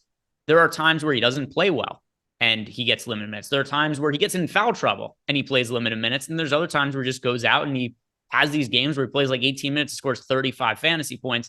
For a small slate where there's only 2 games, it's kind of what you look for in a low-owned player. Yeah, exactly. So Abyssus asks, can you play Keegan and Huerter in the same lineup? I think you can because it's a 2-game slate. Like, I think you are hoping with Huerter that he eats into Keegan's minutes a little bit, but I still think on a 2-game slate you can play them together. Yeah, for a 2-game slate, there are no kind of real crazy restrictions. I know that also brings us to the next question that we got in Discord channel. This one was from this was a Mincash Merchant. Said max of 4. I have lineups that have 5 players from individual teams. I didn't really set any restrictive rules for this slate. It's only 2 games. Didn't do it for the 2-game slate. Didn't do it last night for a 1-game showdown slate. You're just eliminating too many options if you start to create a bunch of rules. So I'm actually cool with more than 4 players, but do you have any kind of caps you're setting today, Neil? I set my cap at 5. Okay. I didn't set any cap, but the most I got to was 5. Yeah, that's reasonable. Yeah, I don't think I would go to 6, but it is a 2. Like, you could go to 6. I don't think that it's necessarily wrong, but I would not try to get to 6. Like, if you're hand building, I'd break ties to get away from 6. Yeah, so I'm keeping my cap at 5, but if you want to get to 6, I guess if you really love the lineup on a 2-game slate, that might be fine. Super chat from 3 Windy 1 City 2. This feels like 3 Windy 1 City 2. There's no real correlation here. Windy City, that is Chicago, and then there's just random numbers in random order, but 3 Windy 1 City 2. How do you guys feel about Dennis Schroeder today? Let's see. Dennis Schroeder. I'm getting to some Schroeder, actually. He's coming in about 14% ownership. Okay. Earlier on, in my earlier crunches, when I had not adjusted for projections, I was getting like 20% Schroeder. So he projects fine for 3,500. That's actually the exact amount I have, is 20% of Schroeder. And yeah, I don't have any issue getting to him. I think there's opportunity for him to be on the court and play. Like before, you were talking about how you don't really trust D'Lo's minutes. Well, if D'Lo doesn't play well, Schroeder's been a guy who they've gone to at times in those minutes. So there's definitely a little bit of negative correlation between Dennis Schroeder and D'Angelo Russell, but he's one of the only cheap guys on the entire slate that we know is going to be playing at least some semblance of minutes, and the field isn't playing him at a really crazy high clip. So I like Dennis Schroeder today. I'm overweight to him as well. Yeah, I think I'm going to end up being overweight to him at 14%. I'm still adjusting projection, so I hadn't adjusted his at all yet, but I'm probably going to end up adjusting back to being above weight to 14%. Yeah, go ahead and play him, Windy City. 3 Windy 1 City 2. Go ahead and play Dennis Schroeder. I think he's a good guy to get to. The Thunder. DK tiers, please. Yeah, we'll circle back and go back to DK tiers. Here we go. So if you guys weren't watching at the top, tier 1 is very close. We've got Steph Curry, Anthony Davis, Ja Morant, LeBron James, ultimately what Neil and I decided while we were talking through it before is with it being so close. And when I ran lineups, once again, to give out these numbers, I got 26.7% of Steph Curry, 26% of Anthony Davis, 24.7% of John Morant, 22.7% of LeBron. Considering that we are expecting on the classic slate for LeBron and AD to be lower owned than Curry and Morant, I think we're going to see more of the same in tiers. So with that in mind, focus on the Lakers, guys. Tier 2 for me, De'Aaron Fox. Tier 3, Andrew Wiggins. Tier 4, D'Angelo Russell. Tier 5, Keegan Murray. And Tier 6, Dante DiVincenzo. Next question here comes from Sir Ruin of House Roundhead. He just says, go Defenders. And then, do you think they will beat the Sea Dragons this Sunday in their playoff game, Neil? This has to be a you question. I have no clue what we're talking about. We're talking about XFL. Yeah. I do think that they're going to beat the Sea Dragons. I think the Defenders are the best team in the league. I am not cheering for them. I'm sorry. I've said this before. Sir Ruin of House Roundhead. It's really just because of Greg Williams. Like, I don't like Greg Williams. I didn't like Bountygate. I'm not a fan. Can't cheer for that man. So otherwise I probably would have chosen the Defenders. It's a fun team, to be honest, but kind of cheering against them, kind of prefer the Sea Dragons, but yeah, I think the Defenders win it. How deep are we into the playoffs of the XFL now? How many games? They're starting tomorrow. Yeah. So the playoffs. So there's only 8 teams, and 4 of them make the playoffs. I think there's 1 game tomorrow, 1 game Sunday. I'm not actually sure if that's the schedule, but I believe there's just 2 games now, and then it'll be the championship game. Because we looked it up. Do you remember what the championship game is called? We did this research before. Oh God, we did do the research, and it is. It's not a good name. I remember it though. You remember? I wish I did remember it. No, I don't remember it. All right. I'm fairly sure it's called the $1 million game. The $1 million game. And all the players will make like $10,000. Yeah. So it's $1 million game. And what happens is, I don't even know if it's probably split amongst like the owner as well. So it's like your team wins, you get like a $5,000 bonus or something. Right. If you win the XFL championship game. So the equivalent of the Super Bowl in the XFL, the entire team gets $1 million to split amongst themselves. Next question. Let's see. We have answered that. I thought there was one more in here. Here we go. Jake Swales. If Kennard is out, do you like Roddy or Conchar? Which that is something that we haven't really discussed, but we have a bit of a shoulder injury to Luke Kennard. He is not expected to play. He's listed as doubtful on the injury report. So my expectation the entire time has always been that Kennard is not going to play. I've never considered that he would be in. Right. So we've been talking about this under the assumption that he won't play. Yeah. So yeah, it's the same analysis holds. So I would be getting to, let's see, how much am I getting? David Roddy, I'm getting to 9% currently. David Roddy only projected for 1% ownership. And then I'm currently not getting to any Conchar. Do you think that's a mistake? I don't think it's a mistake because I'm not getting to Conchar. Like, we haven't projected for less than 10 fantasy points. And also, I'm playing 20 lineups today, so it's not like I'm playing, a crazy amount of lineups for 2 games late. Maybe I would get to him if I had more lineups.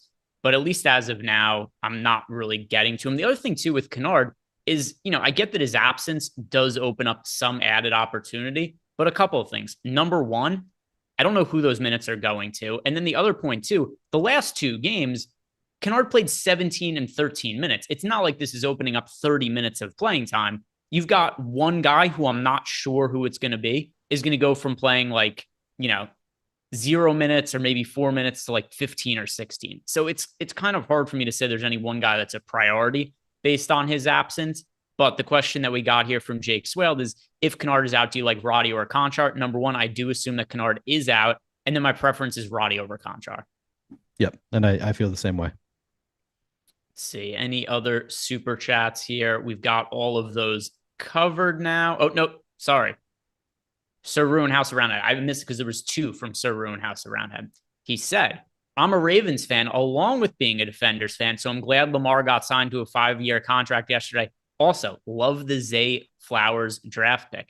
So, by the way, just as an aside, the Lamar Jackson story is so cool to me.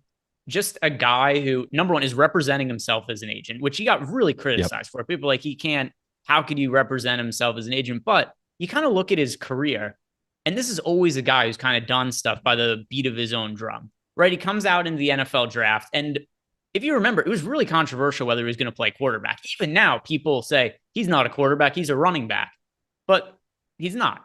No, right? He's certainly not a traditional quarterback in the same way that like Tom Brady is, for instance. He's not a pocket passer or anything, but he plays the quarterback position, and he won an MVP a few years ago. So you get this guy who comes out, goes into the draft, and if you watch, do you remember his draft interview where he did the press conference? And the only questions he got asked about is, are you willing to play wide receiver in the NFL? Those were all the other questions. I've heard about it. I don't remember it actually happening, but I've heard about those questions. And and now he won an MVP. Like, he's clearly a great quarterback. That's when you can represent yourself, is when you're so good that like they have to give you the money. And some other point about, so anyway, like round up on Lamar Jackson, just really cool to me. A guy who is like, I don't have to do things the traditional way. I'm going to do it my own way. This is how I play the quarterback position. This is how I utilize my talents. Became an MVP level player. Then also is able to become his own agent and make that turn himself into the highest paid player in NFL history. Really cool story. So I really like that. And Server and House Around had, general was really happy about the Lamar Jackson thing. And the biggest scam out there, agents in the NBA who are representing max contract players. There's a max contract that you could sign these players to. What negotiating do you have to do for LeBron James? You show up, you go, max contract, right? They say yes, and then you sign the deal. You get 5% of it for that? Yeah. I can negotiate a max contract. It's a great deal. Yeah. Easy deal. There's no other money that you're taking. Best job out there. Best job out there. Representing the stars. It's a good deal. Yeah, it's like I want to be the agent for LeBron James. I want to be the agent for Steph Curry. I want to be the agent for Giannis Antetokounmpo. Yeah, just show up. Max contract sound good to everybody? Cool. We're done here. The negotiation takes 5 seconds. Yeah. Well, I will say, Corey Bowman says, and you said this, new highest paid quarterback every year. Oh yeah. Yeah. So he was saying what I was going to say is every great quarterback like becomes the highest paid player in NFL history, but like it's still cool. It's still cool that he did it. Yeah. And the other thing too is, you could say that anybody could be the if you're just the latest best guy, you're going to be the highest paid quarterback. With that said, though, we're not that far removed from people giving the Ravens shit for not signing Lamar Jackson, people giving other teams shit for not being involved, people giving Lamar Jackson shit for representing himself. And now he made a shit ton of money. And if I'm not mistaken, I think the max an agent is allowed to make in the NFL is 3% of a player's contract. And what was that deal worth? $280 million? Something like that. I did not know that rule, that they can make that max 3%. Interesting. All right, so let's see. So it's $280 million. Yeah, I mean, he saved himself $8.5 million based on not having an agent. That's not chump change. I'm rooting for Lamar Jackson. Was there another super chat in here? I know there's questions in Discord to get to as well. And all right, we have caught up on all those. So I'll go back into Discord and answer the rest of the questions that we have in there from you guys. And if you guys haven't done yet, like the video, subscribe to the YouTube channel. It is the easiest way to help support our channel and keep all the content free. The next question here is from Iron Maiden 2, DK single entry, Tillman or Looney if I have a chalky lineup.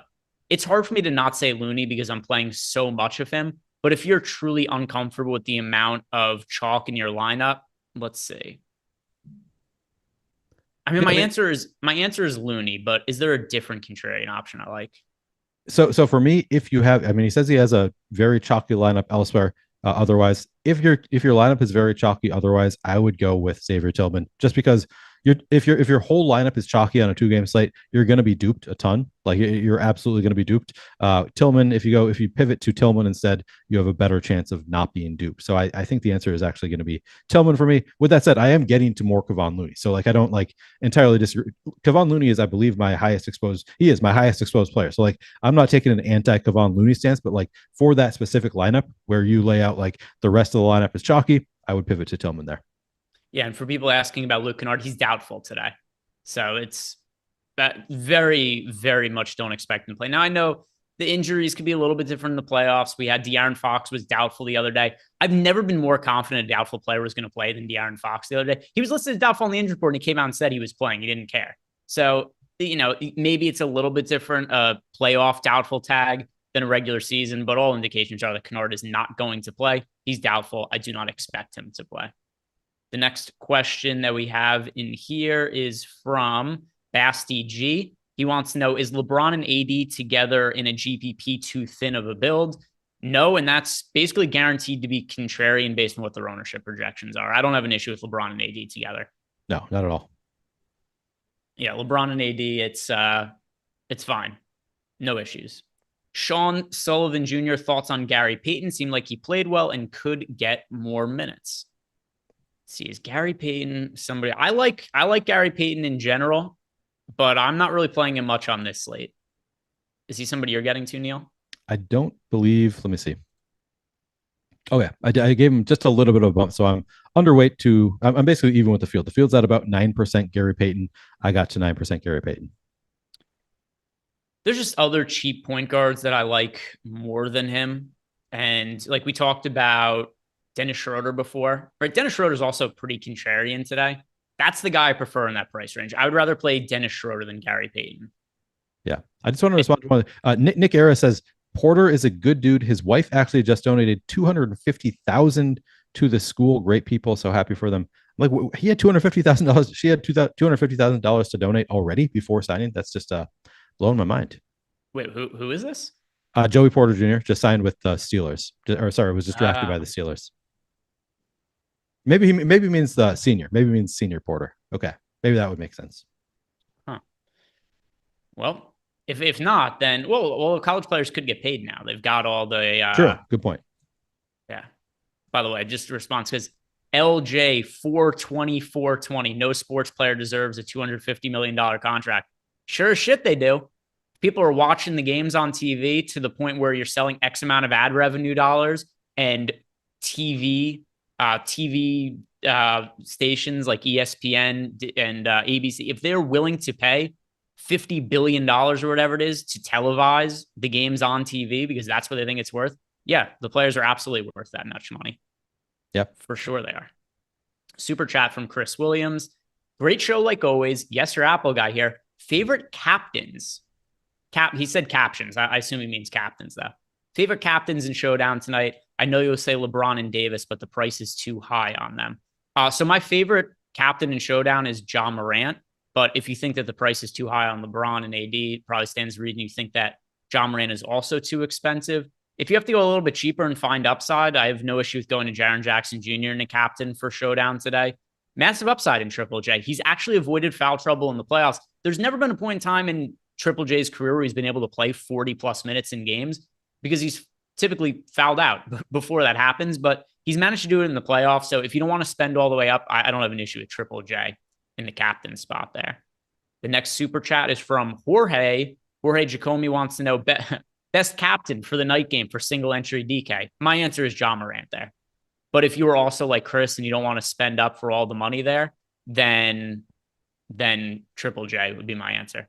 Sorry, you guys asked like pretty much the same super chat back to back. That happens, but I would go to Morant if it has to be a pay up guy, and then if you're feeling you have to go cheaper, Triple J.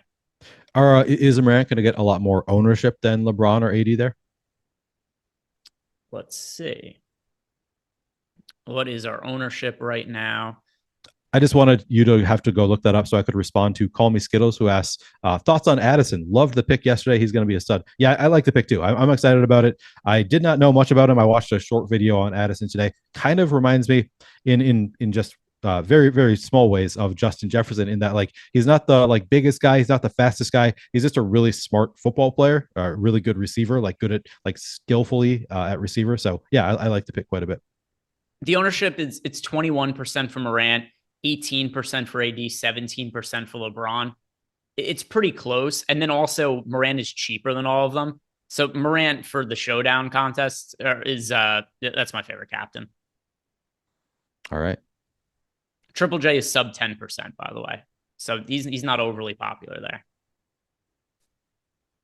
Morant, my answer, though. Other super chats we have. Oh, no, that's the Showdown ones. We've hit on both of those. So I'll go back to Discord because I know we had some questions sitting there for us. This one is from Mincash Merchant. Chicago area code is 312. 312.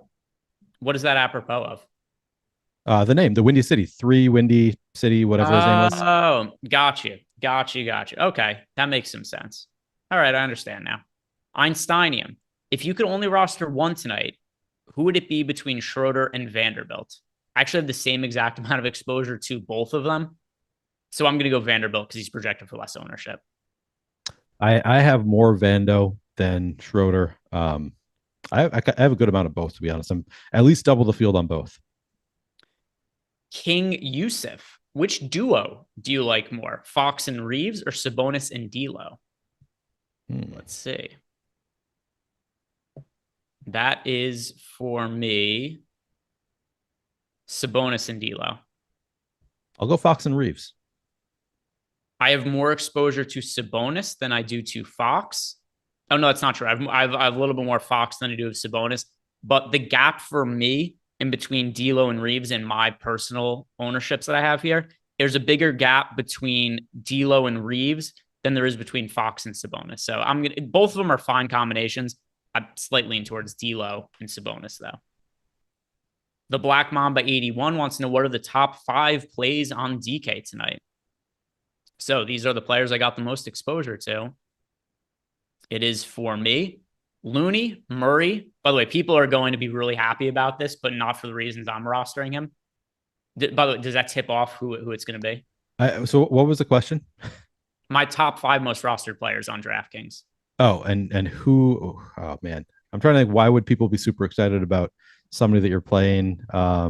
There's a narrative people are very excited about tonight. It is Game 6 Klay Thompson. It is nothing to do with why I am playing him. He just projects well, and I think he's under-owned today. But Looney, Murray, Russell, Klay Thompson, Jaren Jackson Jr., those are my 5 most rostered players. How about for yourself, Neil? We're talking FanDuel? No, DraftKings.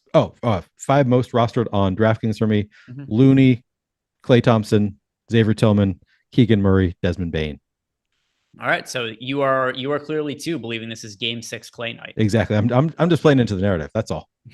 Nothing to do with the fact that he projects well, just because it's Game 6 and he's played well in Game 6s in the past. By the way, is there anything more random that people buy into? Like, it just from a logic standpoint, is there any reason somebody would be better in a Game 6 than in a Game 5 or a Game 7? A little bit less pressure than a Game 7, Greg. Like, the pressure comes on Game 7, but like you're starting to heat up. It's just like the right amount of pressure on him. Yeah, well, whatever it is, I like Klay Thompson today because he projects well and isn't really related to the fact that it's a Game 6. It is maybe tangentially related because Game 6 means it's an important game where he's going to play more minutes. But, that's the case for both games today. Either way, those are my 5 most rostered players. EMAC wants to know how many minutes am I giving Roddy. I gave him 14. And that makes him like a low-end value option for today. And once again, to rehash what people were saying before, we don't officially know if Luke Kennard is out, but he's listed as doubtful. My assumption is that he will not play. And then Bass DG wants to know best value plays on DK GPP. So if you are just going chalk, Keegan Murray, who I think is a very strong play, I'm getting to a whole bunch of exposure to him. If you want to be more contrarian on the low end, Jared Vanderbilt and Dennis Schroeder for me. Yeah. I think those are good answers. I was not listening because I was responding to this question about a prop. I guess I'll just say somebody was asking for props. I like taking over 4.5 assists for Austin Reeves. That's a prop that I think I'm going to like here. But yeah, as far as value options, let me sort by salary instead of team. We've talked about it a little bit already. Yeah. Depends on where we're going. Yeah, Jared Vanderbilt, Dennis Schroeder. If we're talking like 4,000 or under, Keegan Murray, clearly chalky, but 4,300, great value option. Yeah, so Keegan, if you guys are playing cash games, go play Keegan Murray today. Large field tournaments, I still really like Keegan Murray. I just mentioned him as one of my 5 most rostered players, but Vanderbilt, Dennis Schroeder, those are guys I like who are a little bit lesser owned than Keegan Murray. And as far as questions go in Discord, that does answer all of them. If you guys have any more, hit me up. But also, don't forget, we're sponsored by No House Advantage today, and I want to circle back on NHA, and I want to go over some of our best projected props for No House Advantage in our Pick'em tool. So if you guys have not signed up for this yet and you play on Prize Picks, you play on No House Advantage, you play on Underdog, we have Pick'em tool right on the Stochastic website. And this is going to give you projections for all of those sites, for all the NBA games. We've also got some MLB and some NHL in there. Obviously here, we're just going to be covering NBA, but you get access to all of that. If you're signing up for the first time, use the link below. You could get projections for all these sites less than $5. Now let's pull this up and see what is. I can tell you what the top one is going to be. It's going to be over 4.5 assists for Austin Reeves. Okay. Prop I gotta pull it up. I already love Austin Reeves, and it's our top prop. We haven't projected for 5.7 assists tonight. So over 4.5, feels pretty good to me. While you're pulling it up, I'll try and see if I can find any others that I like here. Yep. So I've got it in front of me right now. And here's one that I actually not only bet, but I posted because I've been doing these threads on Twitter where I give out some of my favorite bets of the day. Steph Curry, over 5.5 rebounds. We have him projected for right around 6.5 today. You just look at the regular season for Steph Curry. Even though he's small, he's a very good rebounder and underrated, I think, probably because of his size. But in the regular season, Steph Curry averaged 6 rebounds per game. Now we're in the playoffs. He's also in a great matchup against the Kings. So he's in this up pace spot where there's more possessions, more opportunities for rebounds, and he's playing more minutes. So all those things being considered, Curry averaged 6 rebounds per game in the regular season. Now it's an up pace game and he's playing more minutes. It stands to reason he'd be projected for north of that baseline of what he averaged over the course of the season. So I like Steph Curry over 5.5 rebounds. Yeah, no, I think that is a great pick. Jacob Vittner says, Neil, tell Greg to take a shirt off and tell us more about that washer and dryer story. So Greg, the people want you to take your shirt off and tell us more about that washer and dryer story. All right. And while you're doing that, I'll see if there are any others that I like here as well. Yeah, I will be doing none of that. I will read another super chat that we have though. All right. The next super chat is from R Mac. R Mac says, AR is the man. Would you take DS over DB? Okay. What am I? I'm trying. Dennis Schroeder. AR is the man. Austin Reeves is the man. Okay. Would you take Dennis Schroeder over? What was the question? Who was the other? Okay. So AR is the man. We've determined that AR is Austin Reeves. And then would you take DS over DB? So I'm going to say DS is Dennis Schroeder and DB is Dylan Brooks. Are these fair assumptions? Sense. Yep. I think that's fair assumption. Love it. All right. Okay. Thank you for the puzzle. DS, I'm going to go with, I have more exposure to Dennis Schroeder than Dylan Brooks today. If you have the money to pay up for Dylan Brooks, I'd probably pay up. Like if it's your utility spot, you're thinking about paying for 4,800 Dylan Brooks or 3,500 Dennis Schroeder, I'd probably go Dylan Brooks. But you are a little bit concerned about dupes here, so maybe it's not the worst idea in the world. But I'd probably go to, if I had the salary, I'd probably go to Dylan Brooks. But I am going to be having more exposure to Dennis Schroeder. Okay, so there we go. The next question that we have is going to be from our Discord channel, and this is from Champino26. And Champino wants to know most exposed by position on DK. Well, I know some people would like the most exposed to be myself, but not where we're going here. I think all people, Greg. Yeah. Most exposed by position. He asked for DraftKings. I want to make sure FanDuel is covered as well. So, Neil, you want to answer for DraftKings and I'll do it for FanDuel then? Yep. So DraftKings top 2 at point guard is Austin Reeves and Steph Curry. For me at point guard, D'Angelo Russell and Steph Curry on FanDuel. DraftKings, who are your 2 most rostered shooting guards? Klay Thompson and Desmond Bane, and Austin Reeves is tied with Desmond Bane. Shooting guard for me on FanDuel, Klay Thompson. Obviously, Game 6 Klay. The only reason that we're rostering him around here. Not the case, but still somebody who projects well once again. Klay Thompson and Dylan Brooks for me at shooting guard. Small forward, what do you have? Andrew Wiggins and LeBron. Small forward for me. Dylan Brooks also has small forward eligibility on FanDuel. So I'll take him out. And Keegan Murray and Andrew Wiggins. Power forward. Who's standing out the most to you on DraftKings? Keegan Murray, Andrew Wiggins. And then because I already used Wiggins at small forward, I'll throw in Jared Vanderbilt as well. And then for me at power forward, Keegan Murray also already answered him. Andrew Wiggins already answered him. So Jaren Jackson Jr., the other power forward that I like there. Now for yourself, DraftKings, who's the centers that you're getting the most of? Kevon Looney and Xavier Tillman. Kevon Looney, Jaren Jackson Jr., and then Xavier Tillman, Domantas Sabonis, the other players that are center eligible that I get to over on FanDuel. So hopefully that helps you guys build out some of your lineups. You're just looking for some like the highlights of top guys at each position. James Magruder, best forward for $3,700 or under on DK. $3,700 or under at forward. Looks like Dante DiVincenzo is the highest projected. It's really close between DiVincenzo and Gary Payton Jr. Gary Payton Jr. actually lower ownership, so I'd guess I'd probably go with Gary Payton Jr. in a GPP. Yeah, let's see, 3,700 or under.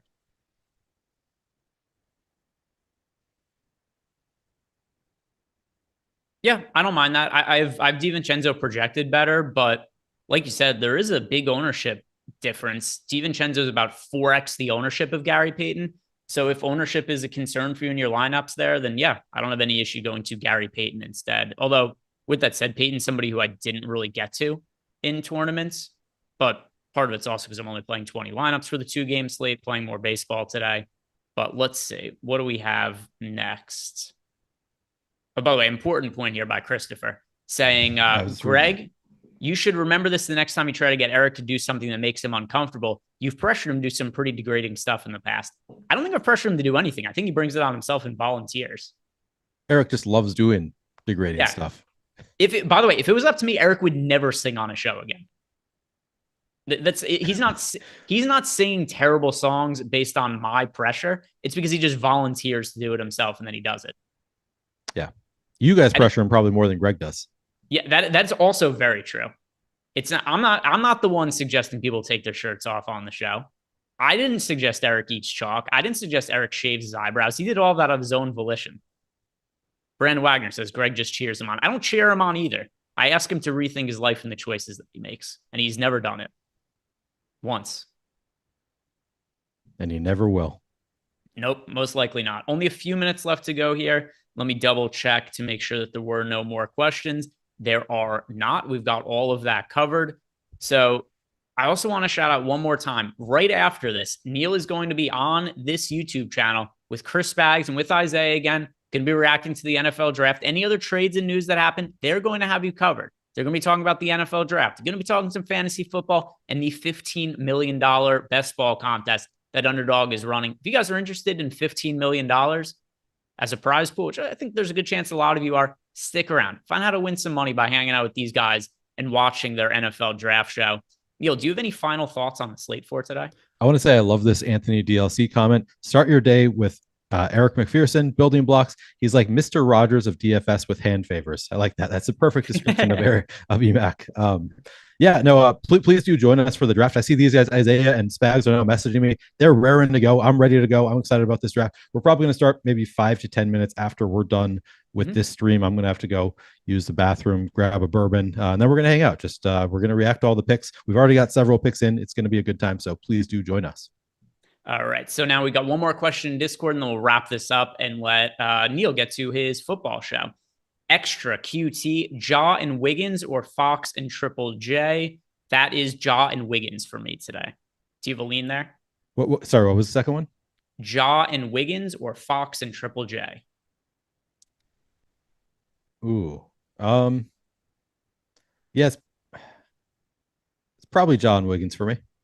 All right. And that is going to do it. Guys, thank you very much for watching. I hope you have a great weekend. If you haven't done it yet, like the video, subscribe to the YouTube channel, go take a piss break like Neil, grab a drink, and stick around to watch the NFL draft show. Have a good one, guys.